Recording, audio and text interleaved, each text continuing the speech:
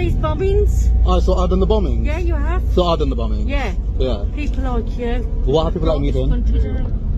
By doing what? We will always have to be defending ourselves for being Muslim, or defending ourselves for being brown or Pakistani or Indian or black or Caribbean.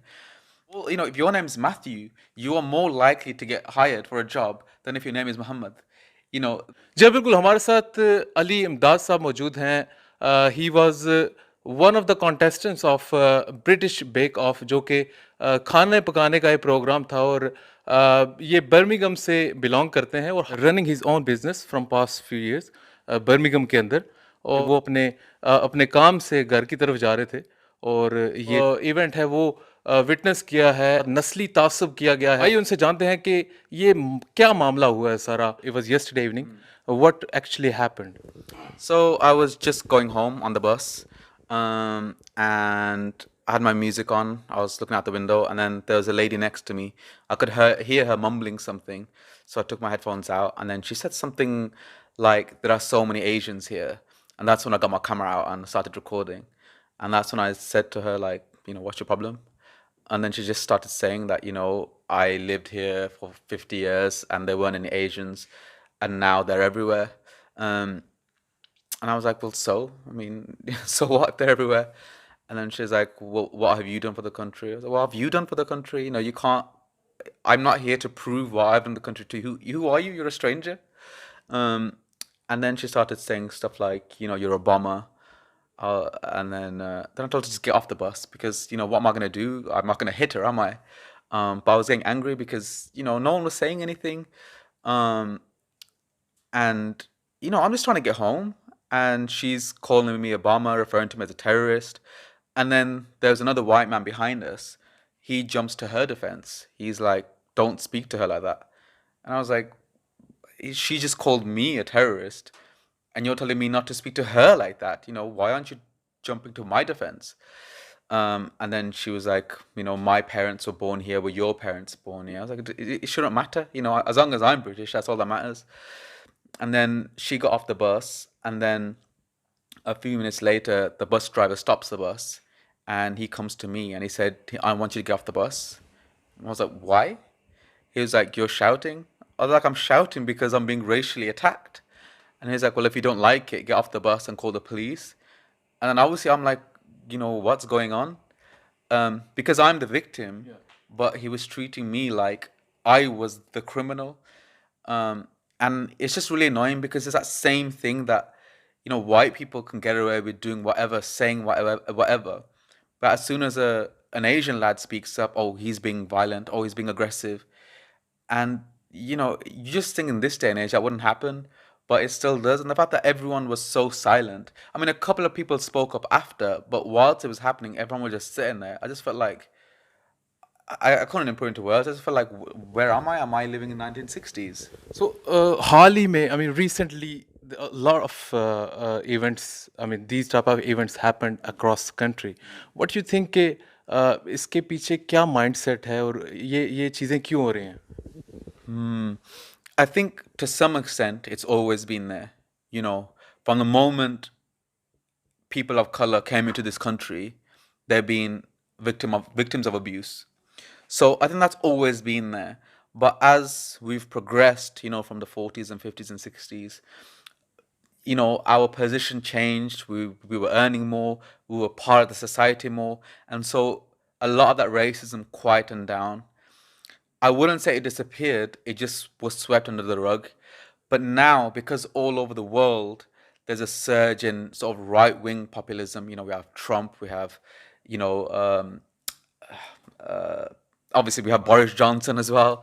That a lot of these racists are feeling emboldened to say how they feel, because they feel that they aren't alone anymore, that now it's acceptable to say these things. But it's not. At the end of the day, it's not. You can feel what you want about me and my race. If you don't like me because of my skin color, don't like me. But don't attack me for it. You know, don't make me or anyone feel as though they're any less of a human being just because the color of my skin is a little bit darker than yours.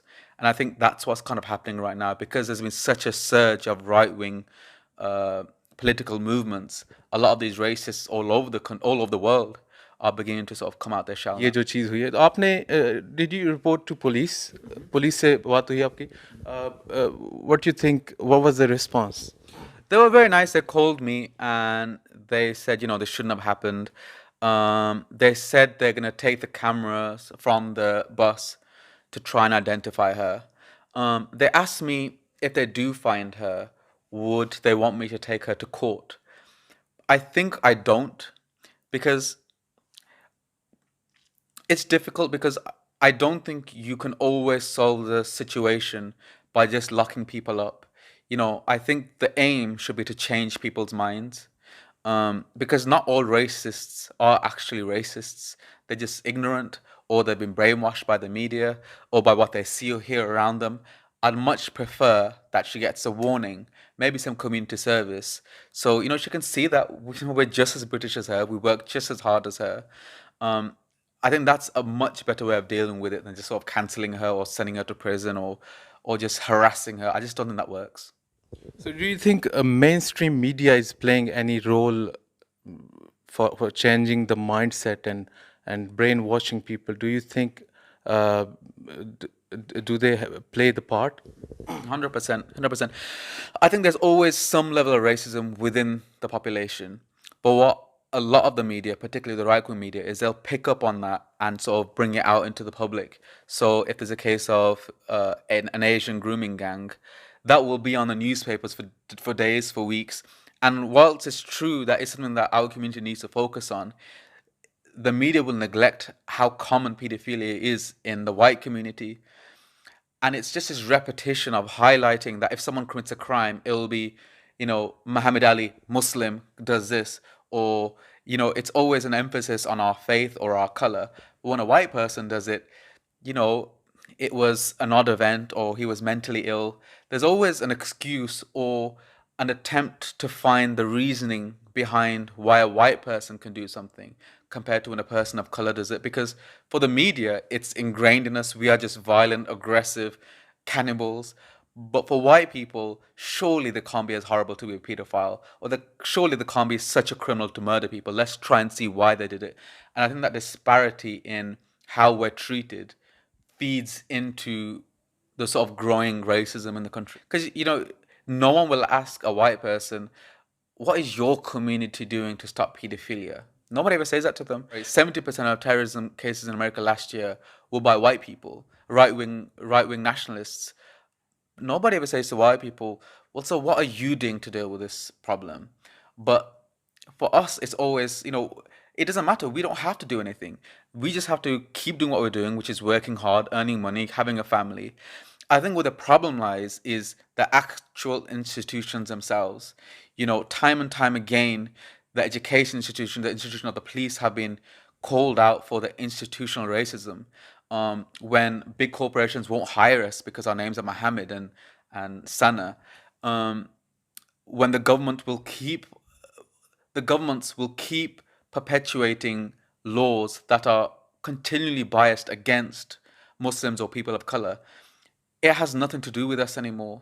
It doesn't matter if you're a brown person, a black person, a Chinese person. We don't have to make the change. The change has to come from above. It's our third or fourth generation who's been born and bred here. आप क्या समझते हैं कि how long it will take? How long more it will take to change this mindset? It's hard to say, because if you go back 4 or 5 years, you think we've made so much progress. Before Boris, before Trump, we had the first black president in American history. And then we had, Sadiq Khan as the first Muslim mayor of London. We thought we was on this upward trajectory, but then something happened, and then this right-wing populist movement around the world started. So I kind of think we'll always be fighting this fight. I think what we need to do is stop having to defend ourselves. Like, I won't answer questions about terrorism anymore, because why should I? Those people don't represent me. That alone is a problem, and that isn't on us. That's on the institutions, and I think that's what we need to do. Focus on these institutions, lobby them. If you like politics, don't be afraid to get involved and try and actively make that change. Thank you. Thank you.